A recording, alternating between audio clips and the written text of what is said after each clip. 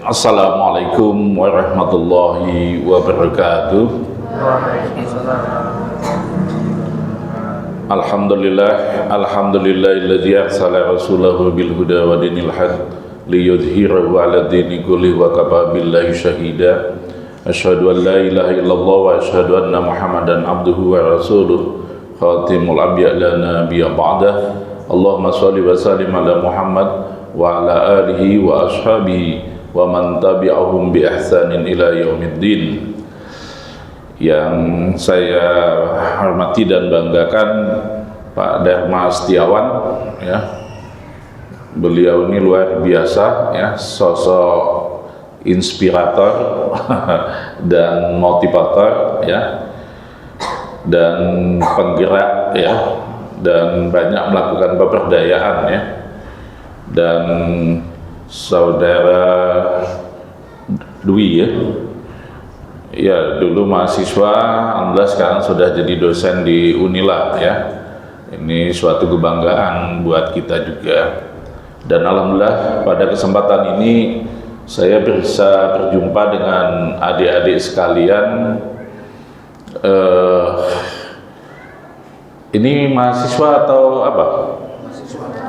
Mahasiswa semua, ya? Iya. Mahasiswa yang punya motivasi untuk belajar, untuk menambah pengetahuan dan wawasan, ya. Apalagi ini di bulan puasa, ini luar biasa, ya. Insya Allah mendapatkan keberkahan, ya. Baik, kaitannya dengan wakaf, ya, dan pemberdayaan umat. Kata wakaf itu sudah sering kita dengar, betul, ya? Ada yang bisa menjelaskan sedikit wakaf itu apa? Ada yang mau mencoba?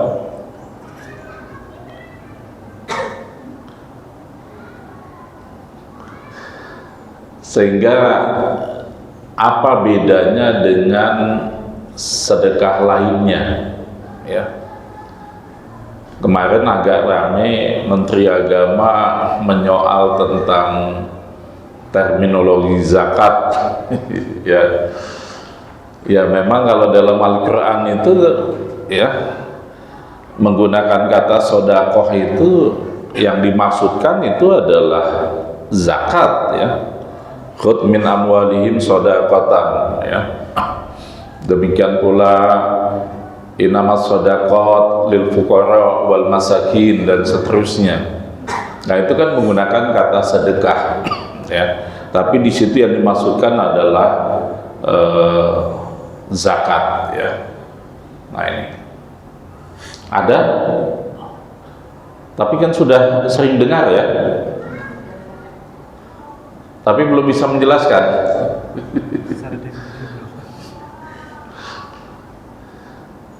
Itulah yang membedakan wakaf dengan sedekah lainnya, sehingga wakaf itu disebut sebagai sodakoh jariyah, sodakoh yang pahalanya akan terus mengalir. Maka objek wakaf itu memiliki kekhasan, yaitu tidak sekali habis dipakai atau tidak habis karena dikonsumsi, ya. Maka definisi yang paling sederhana adalah sebagaimana yang disampaikan oleh Rasulullah kepada Umar bin Khattab ketika Umar bin Khattab memiliki tanah ataupun kebun Khaybar dan kemudian minta petunjuk kepada Rasulullah karena beliau akan menyedekahkannya. Maka bagaimana syaratmu Rasulullah? Maka kemudian dijawab oleh Rasulullah, in syi'ta habasta aslaha wa tasaddaqta biha. Atau dalam redaksi yang lain, wahbis aslaha wasabbil samrotaha. tahbisul asli wa tasbilus samra itu adalah menahan pokok harta dan menyalurkannya fisabilillah hasil atau manfaatnya. Maka kalau gitu, definisi yang paling sederhana, wakaf itu adalah menahan pokok harta dan menyalurkan manfaat atau hasilnya.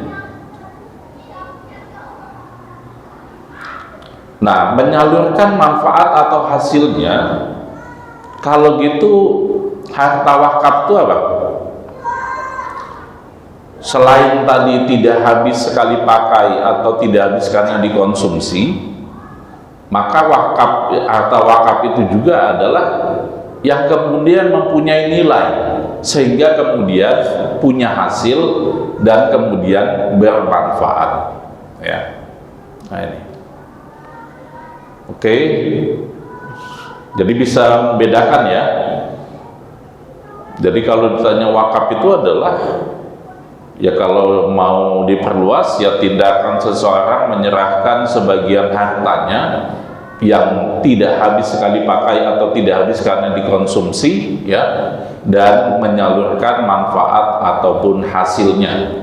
Yang tidak habis sekali pakai atau tidak habis karena dikonsumsi itu adalah yang memiliki daya tahan, ya, yang memiliki daya tahan, ya, baik ada jangka waktunya, ya, maupun abadi selamanya. Dan sekarang juga ada wakaf muakkad, ya, wakaf muakkad itu wakaf sementara, ya. Nah ini. Nah, maka kaitannya dengan wakaf tadi sebagai sedekah jariyah, kalau begitu potensi wakaf itu luar biasa. Menurut Munzir Qahaf, yang namanya wakaf itu akan menggelinding seperti bola salju, terus ya akan semakin banyak, akan semakin besar, ya. Kenapa? Yang pokoknya itu ditahan. Kalau gitu sesuai dengan yang disampaikan oleh Rasulullah kepada Umar, fala yuba'u wala yuhabu wala yurasu. Harta wakaf itu tidak boleh dijual, tidak boleh dihibahkan, dan tidak boleh diwariskan. Ya. Nah ini. Jadi yang namanya harta kalau sudah diwakafkan itu tidak boleh lagi dijual belikan, tidak boleh dihibahkan, dan tidak boleh diwariskan. Maka kaitannya dengan ini legalitas wakaf itu penting, ya, legalitas wakaf itu penting. Dalam regulasi kita, wakaf itu harus tertulis. Memang ikrar wakaf itu secara lisan, wakif datang kepada PPAIW, pejabat pembuat akta ikrar wakaf, dalam hal ini adalah kepala KUA, kemudian mengikrarkan, ya, wakafnya, ya, dan kemudian menyerahkan, ya, dokumen kepemilikannya, ya. Kemudian oleh PPAIW, pejabat pembuat akta ikrar wakaf itu dibuat akta ikrar wakaf sehingga menjadi legal, ya. Legalitas itu penting. Jangan kita kemudian berbicara, lah ini kan wakaf, lah ini kan untuk masjid, lah ini kan untuk musola, ngapain dicatat-catat? Tapi penting, ya. Di Lampung Tengah ini masjid sudah diwakafkan oleh orang tuanya, mau ditarik kembali oleh anaknya. Alasannya masjidnya tidak terlalu makmur, ya, tidak ramai gitu kan, sehingga kemudian mau diambil kembali. Itu kan hanya alasan saja, ya. Mungkin dulu tanah harganya tidak terlalu mahal, tapi kemudian sekarang itu semakin mahal. Kalau kalian kemudian yang di Gunung Sugih itu Indomaret ya kalau nggak salah ya, yang di samping SD itu dulu tanah wakaf. Jadi sudah diwakafkan untuk SD itu, tapi karena tidak ada legalitasnya, kemudian sebagian diambil lagi oleh ahli warisnya dan digunakan untuk Indomaret itu, ya. Nah, jadi legalitas itu penting, ya. Legalitas itu penting, dan tidak cukup hanya akta ikrar wakaf, tapi kemudian dilanjutkan dengan pendaftaran harta wakaf itu. Kalau tanah, kemana kalau tanah? Kalau pendaftaran tanah itu kemana? BPN, Badan Pertanahan Nasional, ya, Badan Pertanahan Nasional. Sehingga kemudian nanti sertifikat hak miliknya kemudian dirubah menjadi sertifikat wakaf. Nah, ini kalau sudah ada sertifikat wakafnya itu tidak bakalan laku dijual, ya. Tidak bakalan laku dijual, ya. Nah, ini. Dan kalau objek yang lain, kalau kendaraan kemana? Ke Samsat, ya. Nah, di situ kan ada BPKB. Nah, itu kan riwayat kepemilikannya, ya, milik pribadi.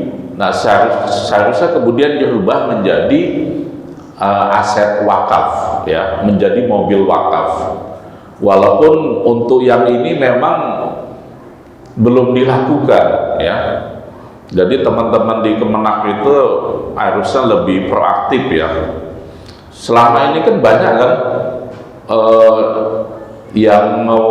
yang menyebutnya mewakafkan ambulan, ya, ambulan gratis dan sebagainya. Tapi itu kemudian tidak dilegalkan, nah gitu kan. Jadi seharusnya mobil, ya, dan semua, ya, aset wakaf itu harusnya dibuat akta ikrar wakaf dan didaftarkan sebagai aset wakaf. Kemana kalau yang kemudian umpamanya kalau tanah kan ke BPN, mobil ke Samsat, ya. Kalau yang tidak ada badannya untuk pendaftaran, ya daftarnya itu didaftarkan di BWI, ya. Nah, itu nanti didata oleh BWI, ya, kaitannya dengan pendaftaran aset wakaf, ya. Nah, ini. Kemudian kalau wakaf itu selama ini kita kenal wakaf itu tanah, bangunan untuk masjid, untuk musola, nah, gitu, ya. Tapi saat ini objek wakaf itu semakin luas, ya. Perluasan objek wakaf, ada wakaf uang, ada wakaf saham, ada wakaf hak atas kekayaan intelektual, ya. Nah, ini. Jadi tidak semata fixed aset ataupun harta tetap ataupun yang tidak bergerak, tapi kemudian sudah meluas, ya. Uang apa bisa diwakafkan, Pak? Bisa nggak? Kan tadi wakaf itu menahan pokok harta dan menyalurkan manfaat atau hasilnya. Uang bisa diwakafkan nggak? Bisa. Bagaimana? Bagaimana?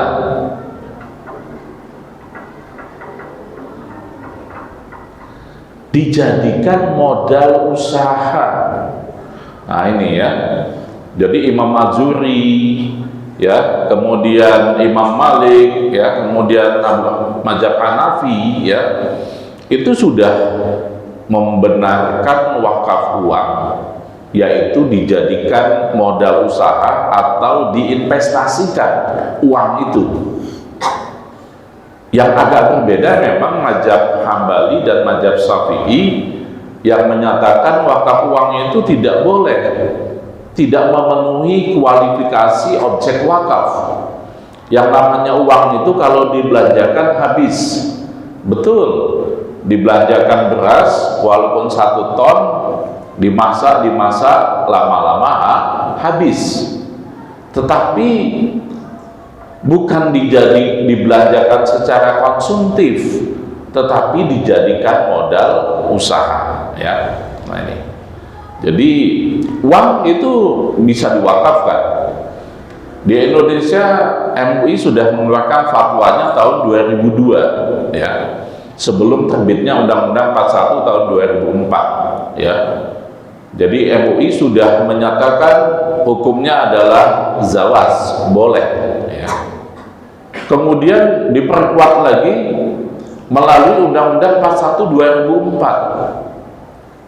Jadi kaitannya dengan wakaf uang di Indonesia ini, kalau kita mengacu pada kaidah hukmul hakim ilzamun wa yunfa'ul khilaf, hukum pemerintah itu adalah mengikat dan menghilangkan perbedaan pendapat.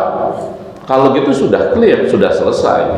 Jadi kita tidak perlu lagi kemudian memperdebatkan kaitannya boleh tidak uang itu dijadikan sebagai objek wakaf. Itu sudah clear, sudah jelas, ya. Kemudian hak cipta, bagaimana bisa diwakafkan? Karena hak cipta itu ada hasilnya, ada royalti, ya. Demikian pula saham itu ada dividennya, ya. Nah, jadi memenuhi kualifikasi objek wakaf yaitu ada hasilnya, ya. Kemudian paradigma wakaf juga kemudian dalam Undang-Undang 41 2004 itu sudah berubah jauh, ya. Kalau kalian baca di PP 28 tahun 77 tentang perwakafan tanah milik, kemudian kompilasi hukum Islam, ya, bagian wakaf.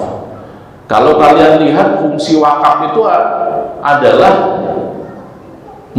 mengekalkan harta benda wakaf.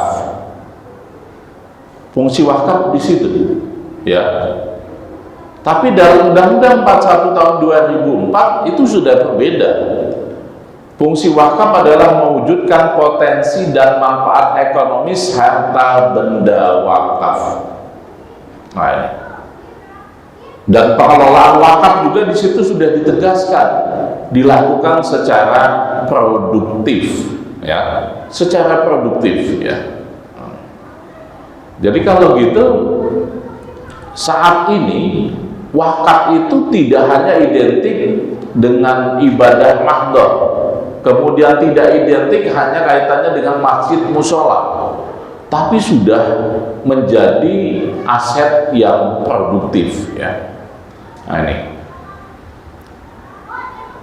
memang saat ini dalam konteks negara kita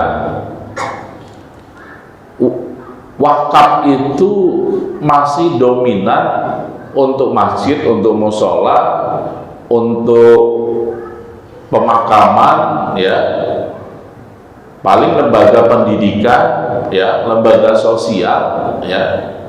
Jadi kisarannya itu masih sampai dengan 70%. Sementara yang untuk wakaf produktif itu, ya, 30% itu juga masih kaitannya dengan yang sosial, pendidikan itu, ya. Jadi masih sangat sedikit, ya. Tapi geliatnya sekarang sudah mulai, ya, muncul kaitannya dengan wakaf produktif tersebut, ya. Kalau di Singapura itu ada Hotel Astor. Itu semula adalah tanah wakaf yang berdiri di atasnya itu adalah kedai itu warung, ya. Tapi kemudian disulap menjadi hotel, ya. Jadi dengan mekanisme sukuk ya untuk mengembangkan aset wakaf itu, kemudian sudah berhasil kemudian berdiri hotel di situ ya, dan kemudian dilakukan manajemen pengelolaan yang profesional ya. Nah gitu. Di Singapura itu memang pembagian tugasnya lebih jelas ya. Ada MUIS. MUIS itu Majelis Ugama Islam Singapura. Kemudian ada WARES, Wakaf Real Estate Singapura. Nah, WARES inilah yang kemudian menjadi apa? Pemikirnya untuk mengembangkan aset-aset wakaf di sana ya. Jadi menjadi konsultan ya, bagaimana kaitannya dengan pengembangan aset-aset wakaf ya, merubah aset-aset wakaf yang tua yang kemudian tidak menghasilkan secara maksimal, itu kemudian disulap menjadi aset-aset yang sangat produktif ya. Saya kemudian sholat di masjid di sana yang kemudian keberadaan masjidnya itu hanya menjadi apa, tetap di lantai dasar ya, tapi di atasnya itu sudah menjadi pusat perbelanjaan ya.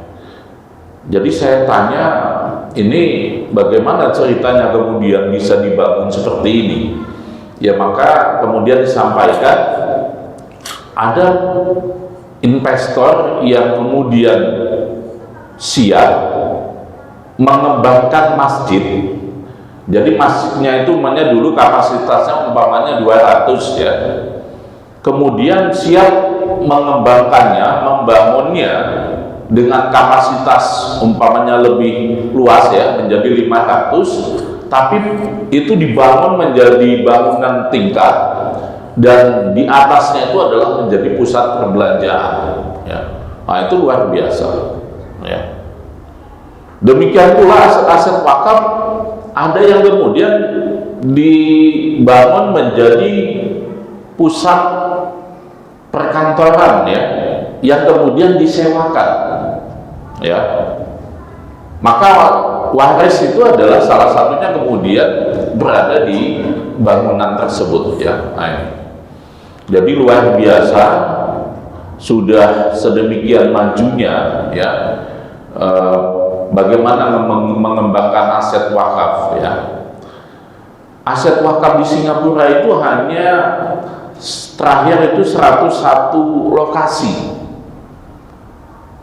Di negara kita ini luar biasa ya jumlahnya, bahkan aset wakaf kita itu dibandingkan dengan luas negara Singapura itu 4 kalinya. Tapi kemudian aset wakaf kita yang sedemikian besarnya itu belum mampu dimaksimalkan ya. Tadi disampaikan potensi wakaf uang 180 triliunan itu baru bisa dihimpun sekitar 3,2 sampai 3, triliun ya. Aset wakaf produktifnya lebih lagi ya, 2.000 triliun ya, itu pernah dihitung oleh BI ya, kaitannya dengan potensi aset wakaf produktif di Indonesia ya, itu sedemikian besarnya, tapi kemudian itu belum maksimal ya. Nah, ya. Dan memang untuk merubah mindset ini memang tidak mudah ya. Saya pernah khutbah Jumat di daerah Metro Utara ya. Jadi di depannya itu saya lihat ada bangunan, saya bilang, tapi agak terbengkalai ya. Saya bilang, itu bangunan apa? Itu kami dulu mau bangun toko Pak, tapi kemudian karena banyak perdebatan maka kemudian akhirnya nggak jadi Padahal oleh Rasulullah yang dilarang melakukan niaga ataupun bisnis itu adalah di dalam masjid. Nah, kalau di halamannya itu udah silahkan saja, ya. Ada sahabat yang kemudian berjualan di dekat pintu masjid, ya, tapi di luar masjid gitu, dan itu tidak dilarang oleh Rasulullah, gitu loh. Jadi harusnya tidak perlu berdebat lagi, apakah boleh di halaman masjid dibuat untuk bisnis gitu. Ya sangat boleh, gitu kan. Maka dulu saya sebenarnya mengimpikan Masjid Aqwa itu, di situ dibangun hotel, penginapan, dibangun minimarket, kemudian pedagang-pedagangnya itu kemudian dibuat kios-kios, dibuat los, gitu ya. Nah, sehingga kemudian hidup, ya, kegiatan ekonominya, ya. Tapi tidak, agak sulit memang, ya, meyakinkan itu. Di Masjid Taqwa Pumbur, saya sudah sengaja dengan tim dari kampus melakukan sosialisasi kaitannya dengan wakaf produktif. Saya lihat itu potensinya luar biasa. Pinggir jalan, halamannya luas, dekat pasar.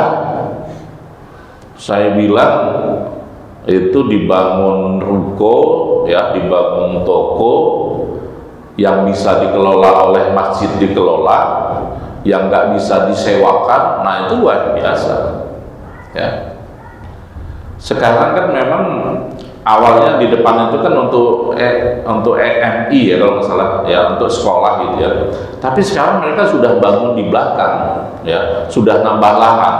Jadi sebenarnya itu luar biasa itu, potensial itu, ya, kalau dikembangkan seperti itu, ya. Hanya lagi-lagi menyatukan pikiran untuk sama, ya, satu tujuan, ya, itu ternyata tidak gampang. Saya lihat memang kemudian, ya, itu adanya pro kontra, ya, gitu. Terakhir sebenarnya Masjid Nurul Huda, saya sangat bersemangat waktu itu. Saya pikir ini karena SDM-nya sudah cukup bagus, ya. Saya bilang nggak apa-apa dikembangkan Masjid Taqwa itu, buat bangun di depannya itu. Kalau alasan parkir, ya, kekurangan lahan parkir, jadi bangun minimal 2 lantai, lantai bawahnya itu tidak usah tinggi-tinggi, yang penting bisa untuk parkir saja. Di atasnya itu, ya, kalau mau ada BNT, ada BNT, ada minimarket, ada kafe, dibuat kafe, kan asik nongkrong di kafe masjid, nah, gitu kan. Jadi kalau itu bisa terwujud itu luar biasa, gitu, ya. Walaupun memang Masjid Nurul Huda asetnya sudah cukup banyak, ya. Di beberapa titik itu sudah ada buat warung makan, ya, kemudian ternak ikan, gitu, ya. Nah, tapi kemudian bagaimana ini kemudian bisa dikembangkan lagi secara maksimal, ya. Nah, ini demikian pula kaitannya tadi dengan wakaf uang, ya, tadi disinggung, ya. Saya menginisiasi dari tahun berapa? 2000 berapa? Waktu itu 2012 saya ikut. Iya. Kayaknya lebih dari itu. Iya, sebelum itu. Saya presentasi di waktu itu di hadapan Senat, ya, ketuanya waktu itu masih Pak Sairibuddin Basar. Tapi lagi-lagi, ya, ada kekhawatiran, gitu, ya. Bahkan sampai kita mengundang dari kejaksaan, ya. Jadi jangan sampai khawatir kalau kemudian itu dianggap pungli gitu kan. Nah, karena kriterianya itu adalah jelas ya. Jadi legalitasnya itu adalah jelas ya. Tapi juga kemudian tidak bisa terwujud ya. Bahkan sampai saya masuk di jajaran wakil rektor saja kemudian ya saya gagal ya, tidak berhasil meyakinkan top pimpinannya untuk menggerakkan wakaf uang. Kita masih berpikir menunggu ITB, IPB itu sudah menggalang wakaf uang, itu udah berapa miliar ya dana wakaf uang yang mereka kelola. Nah, gitu kan. Jadi sebenarnya agak malu juga perguruan tinggi umum kemudian itu lebih ke depan ya, lebih maju dalam memikirkan kaitannya dengan wakaf uang itu ya. Memang harus didukung dengan wakaf uang untuk menghidupkan, untuk memproduktifkan aset-aset wakaf yang kemudian tidak bisa berkembang ya karena ketiadaan modal ya. Walaupun sering saya sampaikan semuanya itu kemudian bisa disiasati ya. Umpamanya kalau Nazir punya aset tanah wakaf yang strategis, umpamanya di pinggir jalan gitu, nah itu kan bisa modelnya itu kalau dalam itu disebut dengan al-hukur. Al-hukur itu sewa jangka panjang. Bisa minta investor, silahkan Anda bangun, kemudian gunakan untuk usaha dengan komitmen 10 tahun atau 15 tahun, maka kemudian itu akan menjadi aset saya. Nah, gitu kan. Buktinya Muhammadiyah aja dengan BPRS Metro Madani kan waktu itu dibangunkan di situ kan gedung ya 10 tahun ya. Nah, ya. Nah itu. Jadi sebenarnya banyak jalan kalau kemudian punya kemauan, punya keinginan. Belum lagi saya sampaikan dengan konsep koperasi itu sebenarnya luar biasa. Yang penting dikelola yang benar ya. Sehingga kemudian jadi dari anggota untuk anggota ya. Dan kemudian kaitannya dengan modal dari anggota juga.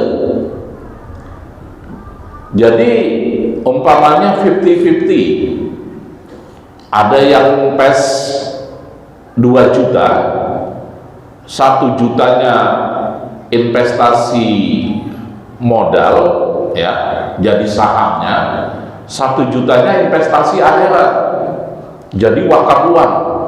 Nah itu kan menjadi daya tarik ya, menjadi daya tarik ya. Dan kemudian saya sampaikan kayak di Masjid Nurul Huda itu, dengan membangun umpamanya minimarket yang menjual kebutuhan pokok ya, kebutuhan sehari-hari, saya bilang tidak usahlah berpikir untuk pengembangan ya, memenuhi kebutuhan anggota jamaah saja. Nah itu kan sudah jalan ya. Jadi umpamanya ada BMT, ada minimarket ya yang utama, BMT-nya memenuhi kebutuhan finansial anggota jamaah, kemudian minimarketnya memenuhi kebutuhan pokok ya anggota ataupun jamaahnya. Jadi tidak usah berpikir ekspansi mau buka cabang ataupun yang lainnya, itu saja kalau sudah jalan dan terbangun komitmen itu sudah luar biasa. Gitu ya. Jadi perputarannya itu jadi dari jamaah untuk jamaah, kemudian kepentingan wakaf ya.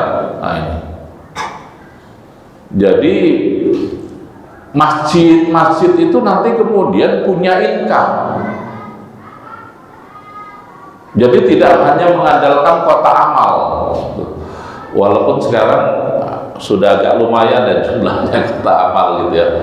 Tetapi harusnya jangan hanya mengandalkan itu, ada pemasukan gitu ya, sehingga kemudian bisa banyak lebih berbuat lagi untuk umat ya, memperhatikan jemaahnya yang dari sisi ekonominya lemah ya, demikian pula umpamanya yang terlilit utang dan sebagainya gitu kan.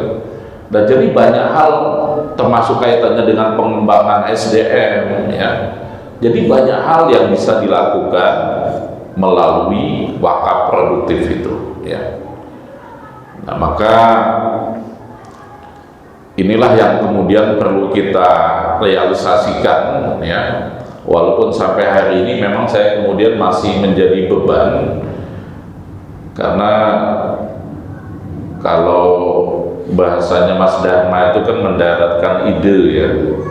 Jadi kalau hanya wacana-wacana saja, kapan actionnya gitu kan? Maka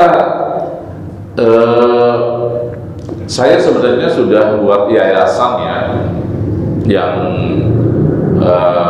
akan fokus kaitannya dengan wakaf ya, dan utamanya adalah wakaf uang gitu ya. Hanya lagi-lagi karena regulasi kita itu kadang masih belum ya. BWI sudah ada. Nah ini Kemenak ini kadang masih belum ikhlas melepaskannya. Padahal saya bilang udah serahkan sepenuhnya untuk urusan wakaf itu ke BWI gitu loh. Tapi belum ikhlas juga, karena haji udah diambil, zakat udah diambil Basnas. Nah ini wakaf, maka saya lihat masih setengah hati Kemenak melepas kaitannya dengan wakaf itu ke BWI. Maka muncul di akhir 2025 itu ya, peraturan Menteri Agama kaitannya dengan pendaftaran ajar wakaf uang. Saya bilang kok bukan semakin menyimpelkan prosesnya gitu kan.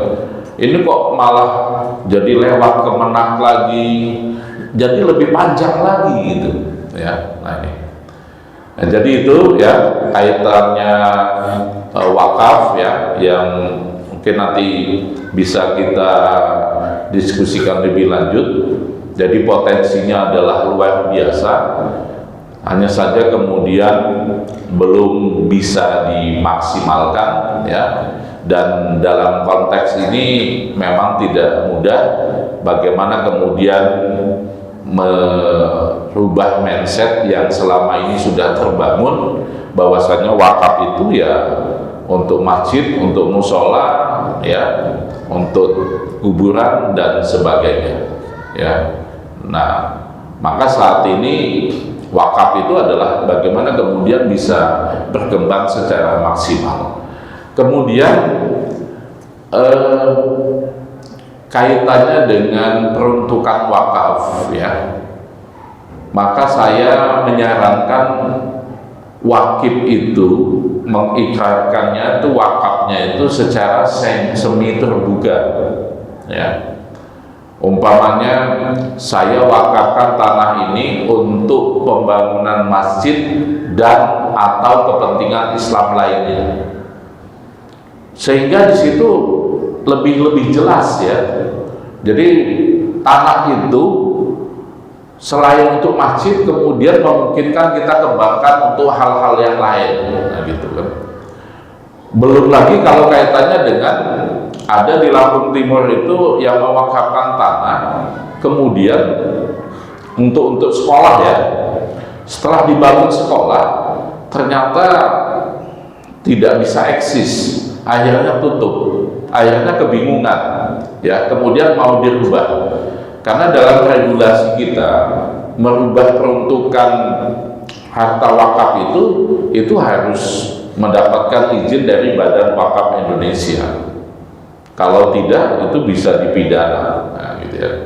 Nah jadi saya sudah sampaikan juga ke pihak Kemenak, kalau bisa diarahkan wakif itu menyampaikan ikrarnya itu adalah semi terbuka.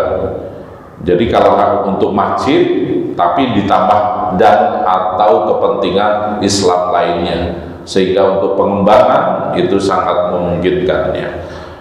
Mungkin itu ya sebagai pemicu diskusi kita ya. Mudah-mudahan nanti kalian bisa menggali lagi lebih dalam lagi, dan saya kembalikan kepada Saudara Dwi, silakan.